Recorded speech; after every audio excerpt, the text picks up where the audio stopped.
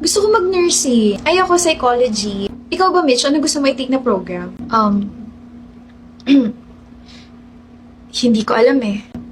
Pinag-iisipan ko pa. Pinag-iisipan? Pero ang totoo, hindi ko talaga alam kung anong gusto ko. Ooh. Insan! Long time no see ah. Ano? Architect ka na ba, Mitch? Hindi pa eh. Huh? Eh, di ba 2 years ka nang graduate? Anong gagawin mo sa tinapos mo? Nagre-review pa kasi ako para kapag nag-take ako, sure na pasado na. Ah. Nagre-review? Pero ang totoo, hanggang ngayon hindi ko alam kung anong gusto kong trabaho. Revise this, Mitch. Po, Bingi ka ba o bobo lang? I said revise that paper. mali po lahat. Gumraduate ka ba talaga ng magna cum laude? Sabi ko, i-revise mo yung paper. Eh di mali lahat! Kaya ka siguro hindi nagtitake ng board exam for the architecture kasi bobo ka, no? O baka naman nag-take ka na tapos bumagsak ka lang. Buisit. Gusto ko nang umuwi.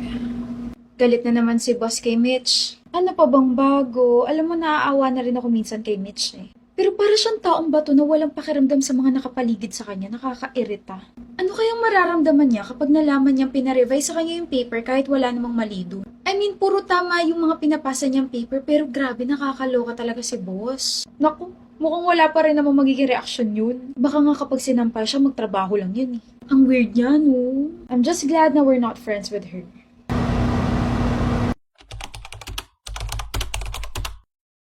I cheated. Narinig mo ba ako, Mitch? Sabi ko nagloko ko. I heard you. Tapos ganyan lang yung reaction mo? Nag-cheat ka ba para lang makita yung reaction ko? The heck, Mitch? Alam mo, pagod na ako maging girlfriend ka. Nung tinanong kita kung gusto mo ba akong pakasalan, sabi mo hindi mo alam. Sino matinong babae sasagot ng ganun? Mahal kita pero hindi ko kasi talaga alam. Sige, ganito ah. Kung iiwan ko yung side chick ko tapos magpo-propose ulit ako sa'yo, let's say, in 3 years, pakakasalan mo ba ako? Kahit na hindi ko malaman na niloko mo ko, I still can see myself marrying you. I don't know about the future. I don't know. You're sick. You're insensitive. This is why no one loves you. Kasi you don't know how to live with the people around you.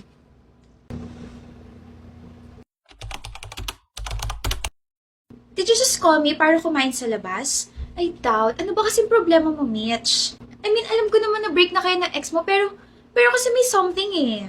I don't know. Huh? Pwede ba yun? Hindi ko alam kung saan ako pupunta, Sofia. Uy, malapit na tayo sa bahay niyo. Ano sinasabi mo, I don't know where you are going? Wait, are you crying? Everyone around me, they figured out kung ano gusto nilang gawin sa buhay. Ano gusto nilang trabaho, program, and they have this future and their mind is sobrang clear, but I don't know where I'm going. Hindi ko alam kung saan ako papunta. Hindi ko alam kung bakit ganito yung nararamdaman ko. Para akong binuhay lang para mabuhay sa mundong to. Hindi ko maintindihan yung sinasabi mo, Mitch. Well, I took up architecture just because I feel like it's gonna be easy for me to draw, but that's not what happened. Akala ko, magiging masaya ako, pero nag-aaral lang ako para pumasa. You know, nagdo-drawing lang ako kasi yun yung record ng prof. I managed to graduate, but I don't see myself as an architect kaya hindi ako nag-take ng board exam and pumasok na lang ako sa corpo pero gumigising na lang ako kasi kailangan ko ng pera. Tapos niloko ako ng ex ko kasi sabi niya, I don't have any future plans kasama siya. Ano magagawa ko? Nahihirapan nga ako. Alam naman pakasalan ko siya hindi ko nga alam kung ano yung gusto ko. Mitch. Hindi na ako masaya. Nahihirapan akong maging masaya.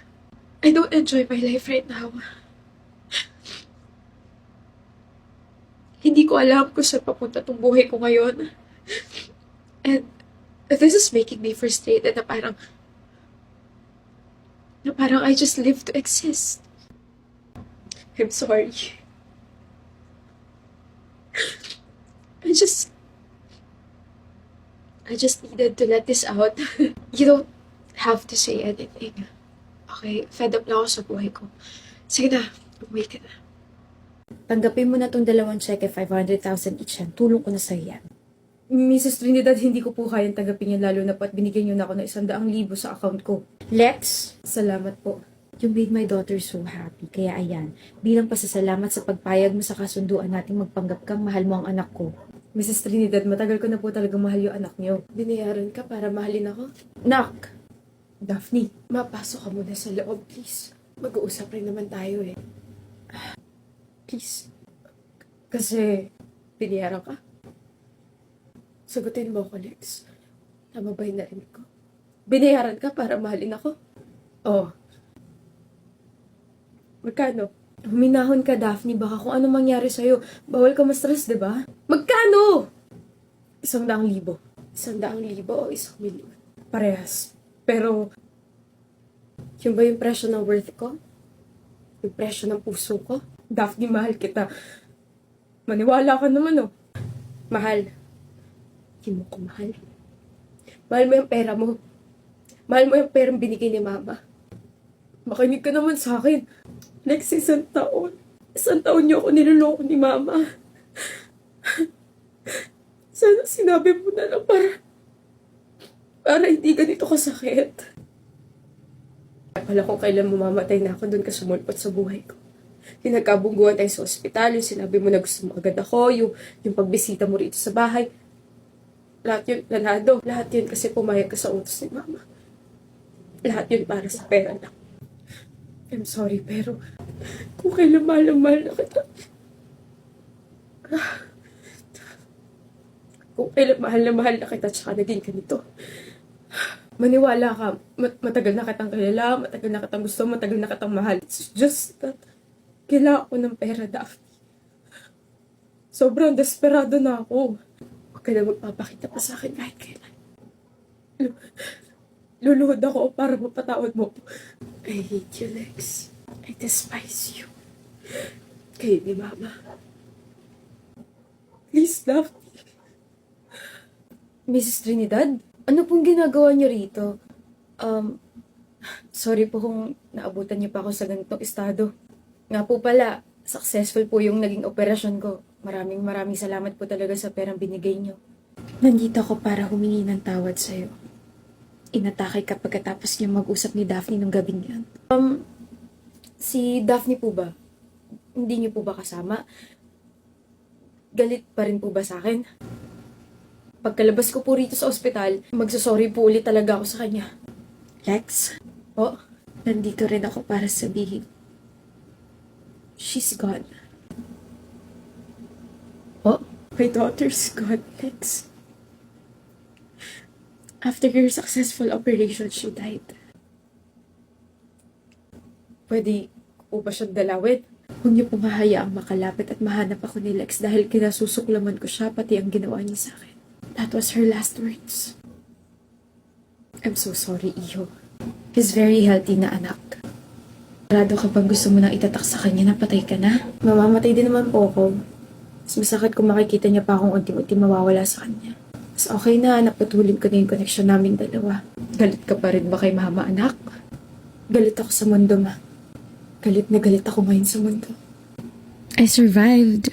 Akala ko mamamatay na ako dahil malala talagang sakit ko and decided to stop my medication dahil nawala na ako ng pag-asa. Nag-flatline pa ako nung huling sugod sa akin sa ospital but the doctors and nurses saved me. I woke up crying because I felt like God gave me another chance to live my life again. Pero kahit na anong gawin ko, may isang kulang sa buhay ko. Si Lex. I tried my very best na wag siyang hanapin sa social media.